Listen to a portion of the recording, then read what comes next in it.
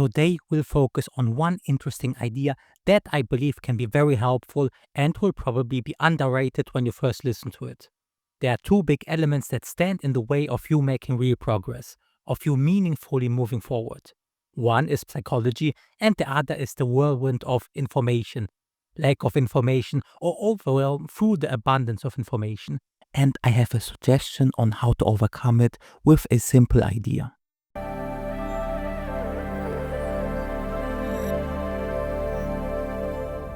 First, psychology stands in your way. You can see that through the various issues people face along their path. After all, in theory, it all seems rather simple. Not necessarily the complete path towards success, but a big chunk of it. For instance, thinking about what you want to do, researching what you need, like consistently do these A, B, and C tasks for 4 hours a day. For example, read, practice writing, and review your writing. Do these for a long enough time and you will become good to really good. This is not a guarantee for monetary success or literary appreciation, but if you could just do that, you would be taking real strides forward. The same is true for losing weight. You know what to do, just do it. Why can't we just do it? Human nature, desires, psychology. Consider the habits you have created and the habits you would love to have. In theory, this process is very simple. In practice, fighting against your old negative habits and creating new positive habits is incredibly difficult. This is particularly difficult because it is not about a day or 2 day changes. You have to change consistently. You have to consider all the psychological elements and then take action consistently. So this is one aspect related to your mind. Bad habits, lack of good habits that will pull you down. Also the negative self-talk. Can you even do it? Can you make it happen? A lack of confidence. So these elements are all psychological and will stop you from moving forward. The next big element is information related. There are situations where you don't have enough information. You simply don't know what is going on, which makes it difficult to move forward. Then there are situations where you have a lot of information. A massive amount of information from many different sources makes it difficult for you to know how to move forward. You want to be a negotiator, a psychotherapist, a writer, or you would like to code. There are like 5, 10, 20 books that are very highly rated and people recommend them for learning. Now you sit there, go through them and start reading. This is useful, but also takes a lot of time. Then you notice too late that oftentimes without practice, it's very difficult to really absorb the information. But at the same time, you will gain a lot of insights. I mean, these books are great. The best rated, they're recommended by professionals, by the experts. There are plenty of channels that you sometimes arrive to where they recommend a variety of books. And when you see many different people recommend the same books, and then you read them, yeah, this is very useful. But it is like with food, there's only a limited amount that you can actually absorb. And so now you're in the situation where you read and read and read, which isn't bad per se, but you're just not moving forward while at the same time having the combination of overwhelm and also other psychological issues that are at play. Issues where you believe you lack the confidence to think that you can do it.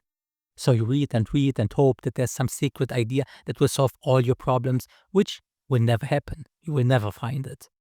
And there are these problems where at the end of the day, because of a mixture of information overload and psychology, you are not moving forward.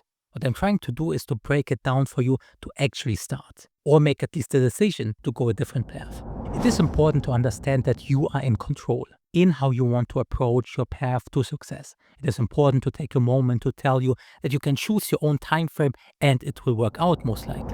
Where some people obsessed over taking action immediately, other people took a few years to grow first. Both had incredible successes. They embraced the thinking process, the reading, the working on various concepts, the work on yourself. Instead of diving into action, you can dive into improving yourself first.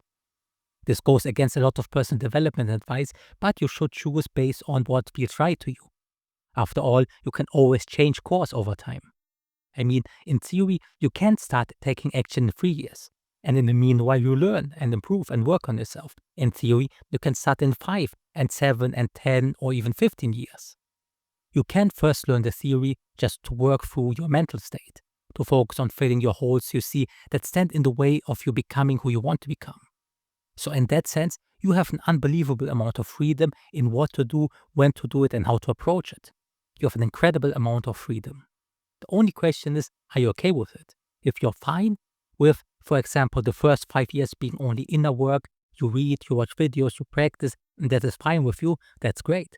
That is a perfectly good path to take if it makes sense to you. Then we have nothing to talk about.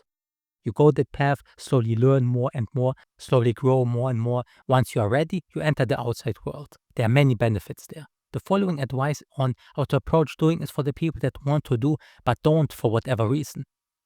They might even feel ready and yet they can't push themselves forward. It is for the people that are frustrated they can't seem to take action. They want certain results but they don't take action. What I want to recommend you to seriously consider is a change in how you view yourself and the path to success. It is a simple idea with a lot of potential if this makes sense to you. This can be seen as a radical idea, but sometimes this might be necessary if nothing else worked. As mentioned before, we are facing a few issues and a big part of it is that we need to work on a variety of things on a consistent basis. Consistency is hard, and when you consider the various parts of our lives, you would need to be consistent in many areas. We normally want a lot, but it seems that we are just not ever moving forward in any significant way.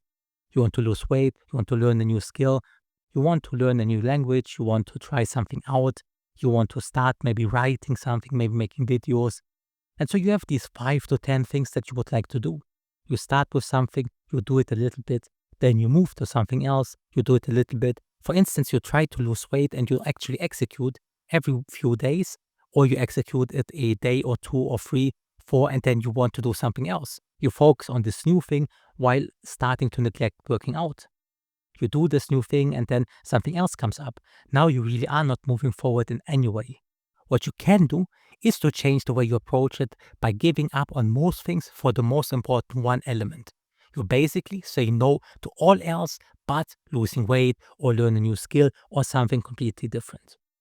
And the reason why this is a good idea or can be a very good idea is that if you become very good in one thing, a lot of other elements will be easier to do, not only psychologically, but also because people then appreciate you, which leads to them helping you. For example, if you're overweight, you lose weight, start going to the gym and bulk up to have a great body, you single-mindedly do the basics for all the other parts and focus completely on this one.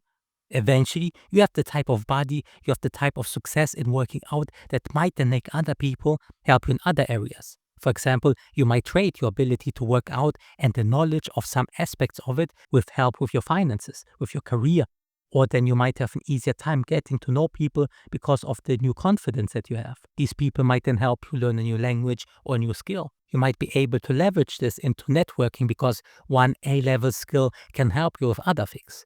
The same is true with finance. Let's say you put all your focus and energy into financing, into a career, into making money, and then eventually you either be your own boss or you maybe push forward in your career, get a promotion, and then you can use that extra money to hire a trainer that will then help you push your body, which then becomes also good. And then you can use that money to go to seminars and learn all the skills you want to learn. The idea is you stick to one path. You can focus on one path, become good at it. Once successful, you use this new A-level skill and leverage it for the other elements you're interested in. This is a simple idea, but might have a lot of potency. Just keep in mind to not let everything else completely down the drain. Don't throw away the other paths or you will end up incredibly bad health and then everything else will fall apart.